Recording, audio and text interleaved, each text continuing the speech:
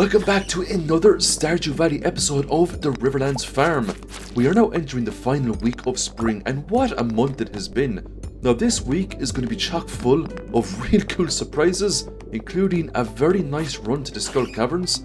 At the moment though, because the Desert Festival is over, we need to go back down through the regular mines and pick up the Skull Key, which will allow us to go into the Skull Caverns anytime that we want. We will of course collect all of these lovely forageables along the way. It would be very nice to obtain level 7 foraging within the next day or two, because this will allow us to make 3 fertilizers, which makes it quite easy to max out foraging within the coming days and weeks. Once we get down to 120 we get the Skull Key, and the rest of the day is going to be spent fishing. Now the reason why we're putting so much time and effort into fishing is because it's our primary source of income. Also, we want to complete all of the Georgia development projects by the time this week is out. At the moment we have 2 of the 5 Georgia development projects completed. We have the minecarts completed and we have the bus completed as well. The most expensive project remaining is actually the greenhouse at 35,000 gold, but because we have the fish smoker, the bait maker and the iridium rod, it's going to be very easy for us to accumulate huge amounts of money. The smoked largemouth bass is going to be the primary source of cash that we're going to bring in every single day. If we get a rainy day, then we will prioritize catfish because they go for way more money. Now for today, we're going to take a little bit of a break from fishing, and we are going to spend this whole day clearing every single piece of resource on our farm. We're also going to visit Clint here. We're going to upgrade our watering can. The reason why we're putting money into the watering can is because we want to plant crops over on Ginger Island. We're now going to visit Marta's here, and we're going to get the bridge upgrade for 25,000 gold. This will give us access to the quarry, and there's tons of resources that we get to farm there. We're going to hand in the final dwarf scroll to Gunther here. This is going to give us the Dwarvish Translations Guide. That's going to come in very handy later on, especially when we get to the stage where we have tons of money so we can just buy the bombs instead of making the bombs. The dehydrator is coming in fair's handy. I just put 5 purple mushrooms into it there. That's going to give back a mega food tomorrow. As I was clearing more debris on my farm, I came across some bubbles, so I took a few in-game hours to put up some smallmouth bass. They'll actually be very handy for energy. For the rest of the day, it was just cutting down more trees, and then we see Morris and his crew fixing up the bridge to the quarry. Level 6 foraging gives us the lightning rod, which is very important for summer, so we'll try to make as many of those as we can for battery packs.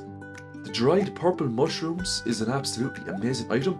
It gives back a ton of energy and health. Now I decided to walk to the quarry today instead of taking the minecarts up, because I wanted to grab as much foraging XP as I could on the way to the quarry.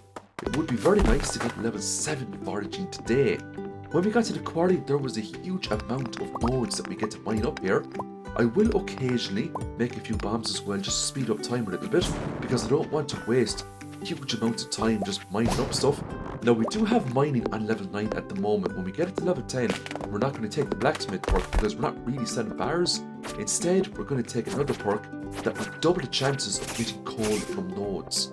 And the reason why we need lots of coal is so we can smoke lots of fish. We're just going through the quarry cave now at the moment. There will be a golden sight that we can collect at the very end of this cave. These skulls are also a great enemy to farm on a daily basis, because there is a chance they can drop lucky rings but also magic rock candies, so it's a magnificent enemy to fight. Now if we want to clear that huge rock out of the way, we will need a gold pickaxe or higher.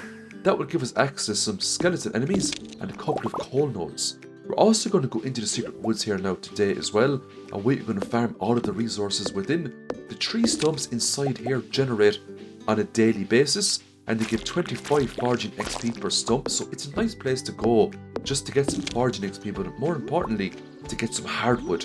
If we want to get over to Ginger Island, we will need a lot of hardwood, 5 battery packs and 5 iridium bars. We were very close now to getting level 7 foraging, so we went to the desert to pick up some forageables. While I was here, I traded in my rubies and my diamonds for triple shot espressos and spicy eels. Now I do actually use those outside of Skull Cavern runs because they give me a significant speed buff, so I can get around faster, which saves more time for me. Every time I haul something up out of the ground, it gives me 15 foraging XP, so it's a nice bonus. Once we cut down a couple more trees, we finally obtain foraging level 7, and that is going to make foraging, it's going to make collecting wood much easier as the game progresses. For the rest of the night, we're just putting up more fish. During the evening times, we're primarily focusing on bullheads because you can't get the largemouth bass. The tree fertilizer is very easy to make, it's quite cheap. The next day starts with a collection of Legend Roe. One piece sells for over 2500 gold. Now I will try my best to get a preserve jar on the farm as quickly as possible so I can get double the value for those rows. So we will try to focus more on farming very soon. For the rest of the day, we're just putting up tons of fish as per usual. Now we get a huge amount of fishies today. We also get fairly lucky with bubbles as well. On a few occasions, we do get bubbles on different parts of the lake. So we do roam around a bit and pull all those fish up. We made a huge amount of money today. Over 10,000 gold. That money will be spent on tool upgrades as well as the Georgia development projects. Speaking of tool upgrades, Clint just give us back our copper watering can. We're going to upgrade again to a steel watering can. We will try to upgrade that to a gold just to make farming over on Ginger Island a little bit more forgiving. So we're breaking open more geodes today just to get some more goodies. 20 coal out of 1 omni geode has to be one of the best things we've gotten so far in this challenge run. For the rest of the materials, we're just going to hand them in to Gunther. It would be nice to get the key to the sewers sooner rather than later so we can talk to Krobus. We're going to go back to the George Mart now and talk to Morris. We don't have enough money for the greenhouse, but we do have enough money for the panning. So we're going to unlock that now, and that will give us the ability to use the panning tomorrow. We're going to go down to the beach now because our bait maker got destroyed, unfortunately. Sebastian decided that he'd just walk over, trample it to pieces.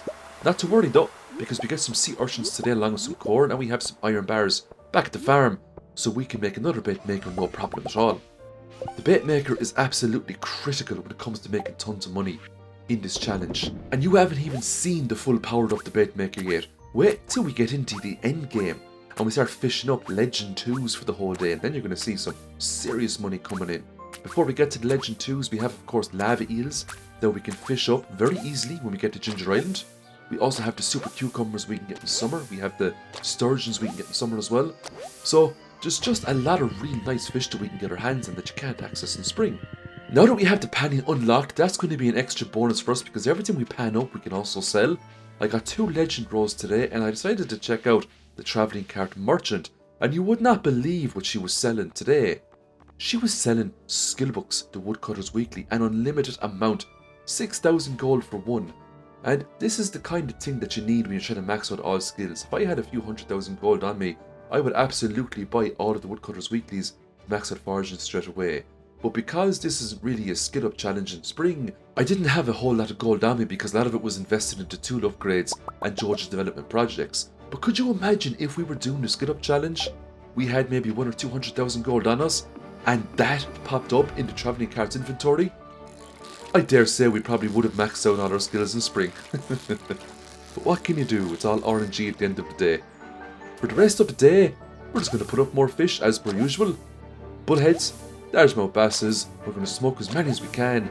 The next day it was raining. We are going to take full advantage of this. We are going to spend the whole day pulling up catfish. Now I end up getting an astronomical amount of catfish today because we had the bait maker. And because our fishing skill is maxed out, we don't fail one single catfish catch. We're now going to go to the Georgia Mart and get the greenhouse. That's all of the Georgia development projects complete. Now we can't go over to Ginger Island straight away. We don't have all of the materials for Willy's boat. We need a lot more hardwood. We also need a lot of battery packs. Now we don't have any battery packs at the moment. We need a total of 5. The only way we can get them in spring, to my knowledge, well, there's 2 ways. I think you can befriend Pam to the point where she can send you battery packs in the mail, but we didn't do that in this challenge. So the only other way we can potentially get these is to farm iridium bats inside the skull cavern, and that's what we're going to do tomorrow. But first, let's just see how much money we can make from catfish today. Now I end up getting almost, I'd say, 40 catfish today, and we get to smoke most of these up. If I had 2 fish smokers instead of 1, I would have made a lot more money. 1 fish smoker, in my opinion, it's just not enough, especially when the bite rates are really good if you're using really good bait. So I might just purchase another fish smoker recipe off Willy, go down to the mines, go to Farm 100, pick up some cave jellies, and make a few more fish smokers. I think going forward, that's going to yield much better results for us. Because the greenhouse has now been fixed up, that is also going to activate the raccoon quest lines, and you can get some amazing things from the raccoon. We made over 27,000 gold today. Let's just take a look at the breakdown here. So the regular gold star catfish were going for 450 gold, but look at the smoked ones, 900 gold. I also managed to get one perfect catch on a catfish, and I smoked it up. That came in for 1200 gold. Now we can get a lot more for these. If we get farming level 10, we can get the artisan perk, and that will further increase their value. So there's still a lot of potential when it comes to fishing. So today started with a collection of 2 legend roe. For the rest of the day, we are going to delve deep into the skull caverns. We have a lot of resources from going to the mines. We've got some nice purple mushrooms for health and energy. We've got bombs and mega bombs. We've got staircases. We're going to pop a warp totem right now. We do have a galaxy sword and a steel pickaxe. We're not going to be using the pickaxe that much because we have huge amounts of bombs. So today's goal is quite simple: to obtain 5 battery packs. Now I'm not going to reset today if I don't get 5, okay? I'm just going to continue on with the challenge because it's a tall order to get 5 in one day. Iridium bats aren't guaranteed to drop battery packs every time you fight them. So look, if we get 5, great. If we don't, we can always do the skull cavern some other day. It's not going anywhere. For buffs, we're using the usual triple shot espressos and spice eel. Eventually we can upgrade our buff food. We should get a lot of prismatic shards today, so we might stock up on magic rock candies for future runs as well. The magic rock candy gives so much luck. It's a game changer when it comes to doing skull caverns. It means a lot more iridium nodes you'll come across. That means a lot more prismatic shards. It also means a lot more treasure rooms, and you never know what kind of rewards you can get from those treasure rooms. Now, we will attempt to max out mining today. We almost have level 10 mining, and with the rate we're going to max it out fairly soon because each iridium node gives a whopping 50 mining XP.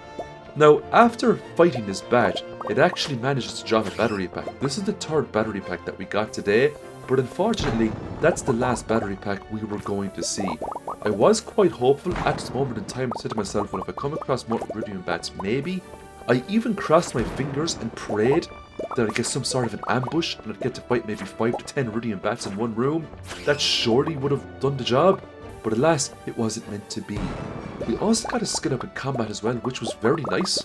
You know, at this moment in time, I thought about the amount of iridium ores I had, and I wondered to myself, if this was a challenge, like a money challenge, to see how much money we could make in spring, I wonder could I have beat my original record? I wonder could I have gotten well over 500,000 gold, maybe even very close to 1 million. Level 10 mining, we're going to take Prospector, chance to find coal doubled. We also got a skill up in combat as well. We can now make the slime incubator, but more importantly, our HP increases by 5. We will get to Ginger Island very soon. We will be farming the volcano cave. It'll be interesting to see what kind of rewards we can get from there. So thanks everyone for watching this video. I really do appreciate you. I'll see you again in the next challenge.